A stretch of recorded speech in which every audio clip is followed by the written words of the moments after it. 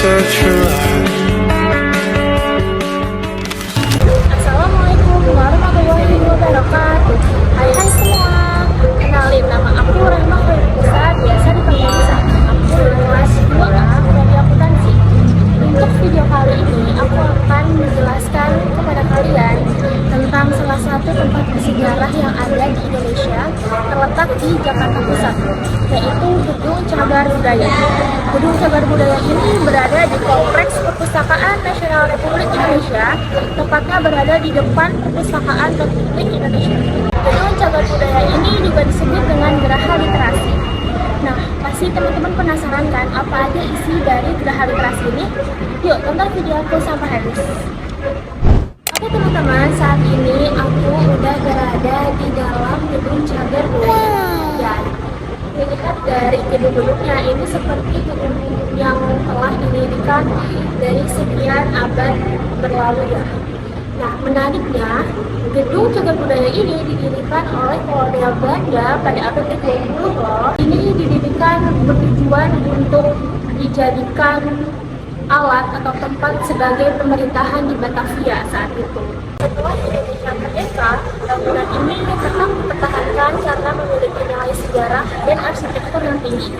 Pemerintah Provinsi DKI Jakarta menetapkan surat keputusan gubernur pada nomor 475 tahun 1993 yang berisikan bahwa bangunan ini harus tetap didirikan sebagai nilai sejarah. Tempat pertama yang kita kunjungi adalah ruang media. Ruang media ini berisikan beberapa alat media tulis Indonesia yang digunakan oleh masyarakat Indonesia terdahulu. Baik, media tulis pertama yang digunakan oleh masyarakat Indonesia terdahulu adalah daruang. Daruang telah digunakan pada abad ke-9 yang berasal dari kulit pohon saeh. Daruang ini biasanya digunakan untuk menulis karya sastra, menulis surat kerajaan, dan juga terdapat pada kitab suci Al-Quran. Selanjutnya adalah lontar. Lontar media tulis yang telah digunakan juga pada abad ke-9. Daun lontar berasal dari pohon lontar.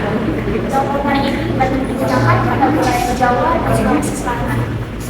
Daun lontar memiliki ketahanan lama di wilayah tropis sehingga dijadikan sebagai alat media tulis untuk menulis aturan adat istiadat dan juga kitab suci umat Hindu dan Buddha. Selanjutnya adalah media tulis bambu. Bambu ini telah digunakan pada abad ke-10 Masehi yang digunakan oleh masyarakat Sumatera Utara dan juga Sumatera Barat. Biasanya alat media tulis bambu ini digunakan untuk menulis mantra, menulis hukum, dan juga untuk menulis silsilah keluarga. Selanjutnya ada kulit kayu alim yang digunakan oleh masyarakat Batak pada abad ke-10. Kulit kayu alim ini juga dibuat untuk menuliskan naskah yang disebut dengan Pustaha Laklak. Pustaha Laklak ini bersifat sakral, yang dimana isinya itu ada beberapa doa penobatan, wujud, dan juga doa penolak bala yang ditulis langsung oleh dai. Alat media terakhir adalah kertas Eropa. Kertas Eropa ini masuk ke Indonesia pada abad ke-17. Industri kertas Eropa ini mulai bertransformasi dengan menghadirkan mesin pencetak, pemutih, dan juga serat kayu untuk menggantikan kain perca. Oke teman-teman, jadi itu merupakan kilasan sedikit mengenai alat media tulis yang digunakan oleh masyarakat kita. Seperti ada lontar, ada peluru, ada bambu, ada kulit kayu alim, dan yang terakhir kertas Eropa. Selanjutnya kita akan masuk ke ruang selanjutnya adalah ruang aksara.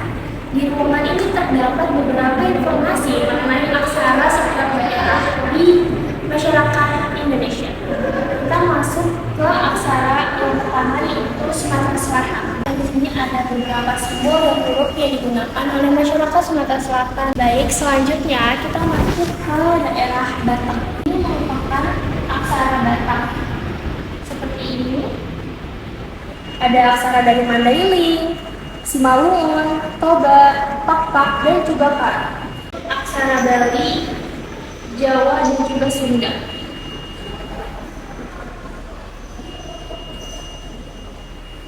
Selanjutnya kita masuk ke aksara Kawi.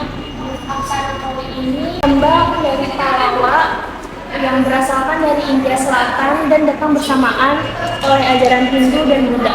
Selanjutnya ini ada aksara Latin. Aksara Latin mungkin tidak asing ya di telinga kita karena sering dibahas di bahasa Indonesia ataupun PPKN. Aksara Latin ini sudah ada sejak abad 16 dan seperti ini. Oke, selanjutnya adalah aksara Arab.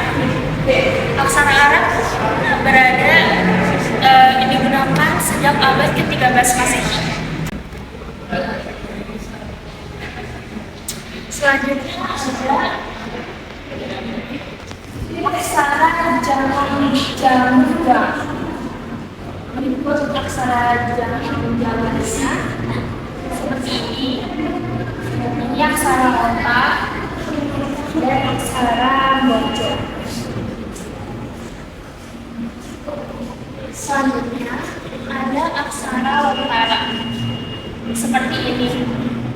Jadi huruf-hurufnya kayak gini. Dan juga yang terakhir adalah aksara bilang-bilang. Oke, sekian dari ruang aksara. Selanjutnya kita kemana lagi ya?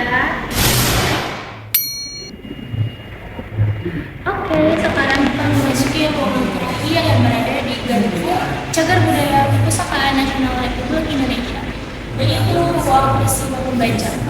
Di ruangan ini berisikan beberapa informasi mengenai sekilas ataupun kehidupan masyarakat Indonesia dahulu yang mempengaruhi keadaan dengan membaca seperti ini.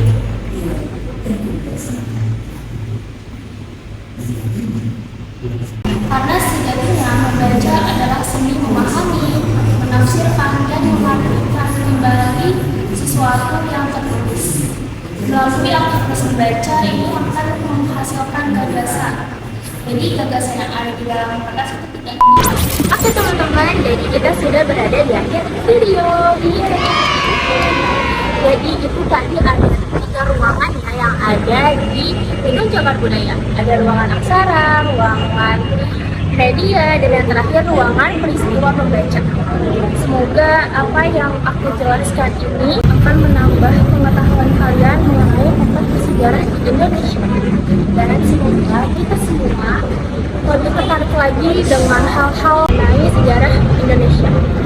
Sekian dari aku, kurang lebihnya mohon maaf. Wassalamualaikum warahmatullahi wabarakatuh.